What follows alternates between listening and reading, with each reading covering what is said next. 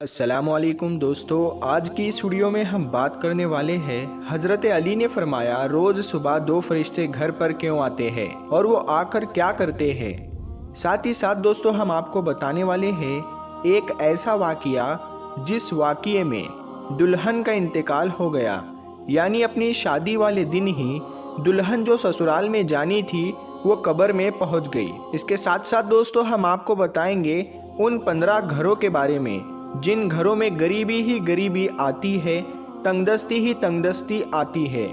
ये 15 काम जिन घर में भी होते होंगे वहाँ हमेशा परेशानियाँ ही रहेगी। प्यारे दोस्तों, सब कुछ बताने वाले हैं, बस आप इस वीडियो को आखिर तक देखते रहिए। वीडियो शुरू करने से पहले आप इस वीडियो को एक लाइक ज़रूर करें और ज़्यादा से ज़्यादा शेयर करके अपने कुछ करीबी लोगों तक ज़रूर पहुँचाएँ। तो चलिए वीडियो शुरू करते हैं। हज़रत अली की खिदमत में एक शख्स आकर कहने लगा, या अली, दिन के आगाज़ में सबसे पहले क्या होता है? तो हज़रत अली ने फरमाया, ऐ शख्स, दिन का आगाज़ 2 फरिश्तों से होता है।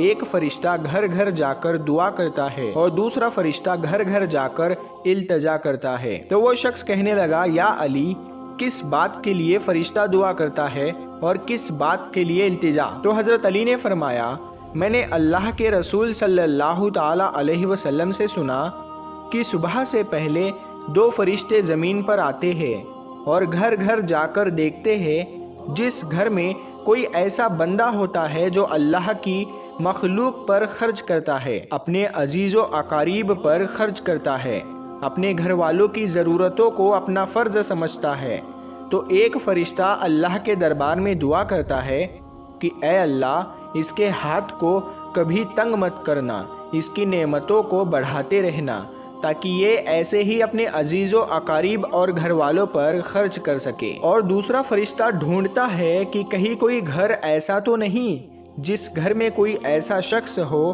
कि वो अपने घर वालों पर, अजीज़ व अकारीब पर माल खर्च नहीं करता हो, वो छुपा कर रखता हो, यानी अल्लाह की मखलूक पर खर्च नहीं करता हो। याद रखना, जब वो किसी ऐसे इंसान को देखता है जो अपने माल को इकट्ठा करके इंसानों से छुपा कर रखता है, तो वो दूसरा फरिश्ता अल्लाह के दरबार में फरियाद करता है कि ए अल्लाह, इस बंदे से इस दौलत का सख्त हिसाब लेना और इस बंदे को दुनियावी दौलत से महरूम कर दे, क्योंकि ये अपनी दौलत तेरे बंदों पर खर्च नहीं करता, अपने घर वालों और अजीज़ व अकारीब पर अपने माल को खर्च नहीं करता, महरूम रखता है। और यूँ अजीज़ व अकारीब पर खर्च करने वाला दुनिया में फराबानी और आखिरत में अजीम अजर पाता है। और जो दुनिया में अपना माल अपने अजीज़ व अकारीब पर खर्च नहीं करता, तो वो दुनिया में रुसवाई और आखिरत में सख्त अजाब देखता है। प्यारे दोस्तों, अब हम आपको वो वाक़या सुनाते हैं जिस वाक़ये में दुल्हन का इंतकाल हो गया, यानी अपनी शादी वाले दिन ही दुल्हन कब्र में पहुंच गई। दोस्तों, ये वाक़या सऊदी अरब का है।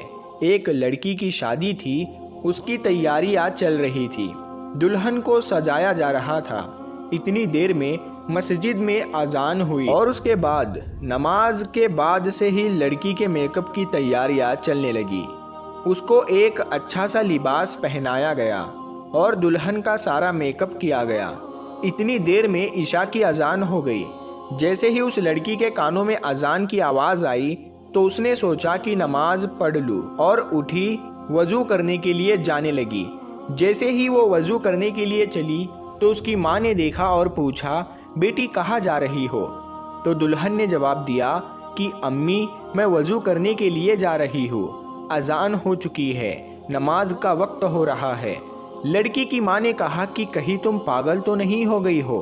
नीचे सारे मेहमान बैठे हैं, तुम्हारा इंतज़ार कर रहे हैं, तुम वज़ू करोगी, तुम्हारा मेकअप खराब हो जाएगा, तुम फिर अच्छी नहीं दिखोगी, सब लोग तुम्हारे बारे में क्या सोचेंगे? उस दुल्हन ने कहा कि अम्मी, लोग क्या कहेंगे मुझे नहीं पता, मुझे अपने रब को राज़ी करना है।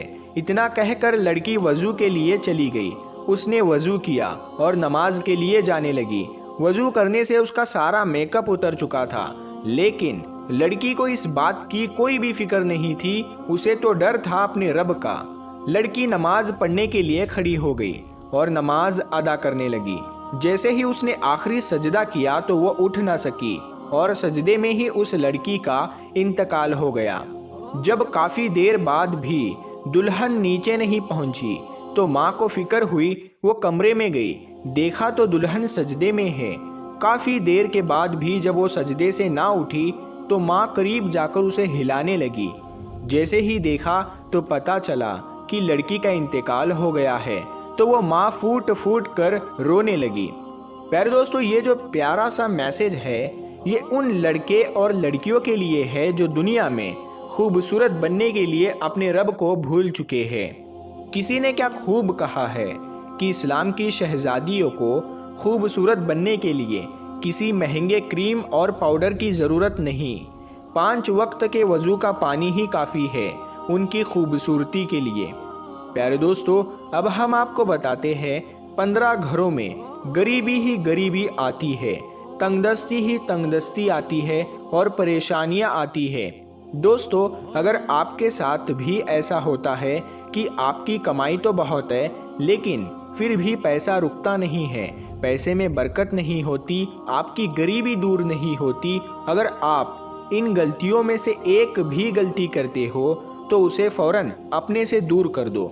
इंशाअल्लाह गरीबी आपके घर से दूर हो जाएगी, आसपास भी नहीं भटकेगी। घर में गरीबी आने की 15 निशानियां। नंबर 1, लेटते वक्त एक टांग को दूसरी टांग पर रखना।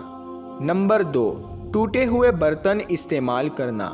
नंबर 3, बॉटल को पूरा मुंह या पानी के मटके को मुंह लगाकर पानी पीना। नंबर 4, पेड़ के नीचे पेशाब करना। नंबर 5, टूटी हुई कंघी से बाल बनाना। नंबर 6, घर में कूड़ा करकट जमा करके रखना। नंबर 7, दांतों से नाखून को काटना। नंबर 8, फजर की नमाज नहीं पढ़ना।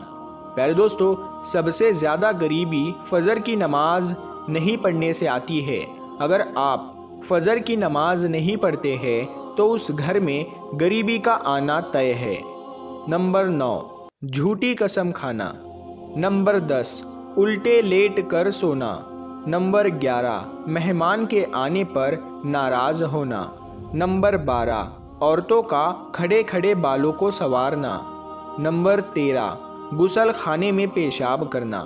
नंबर 14, घर में बड़े लोगों को नीचे बैठाकर खुद ऊपर बैठना।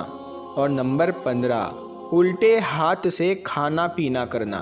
प्यारे दोस्तों, ये थे वो 15 काम जिनको करने से घर में गरीबी बनी रहती है और उस घर में गरीबी का आना तय होता है। तो आप अगर इन चीज़ों से बच गए तो इंशाअल्लाह ताला आपके घर में भी बरकत होगी। प्यारे दोस्तों, अगर आपको ये वीडियो पसंद आई है तो इस वीडियो को आप हर बार की तरह अपने दोस्तों में ज़रूर शेयर करें। और अभी तक आपने हमारे चैनल नूर ए हदीस को सब्सक्राइब नहीं किया है तो सब्सक्राइब करके साथ में लगे बेल आइकन को ज़रूर दबा दें। हम मिलते हैं फिर एक नई वीडियो के साथ में, तब तक के लिए अस्सलामु अलैकुम, अल्लाह हाफ़िज़।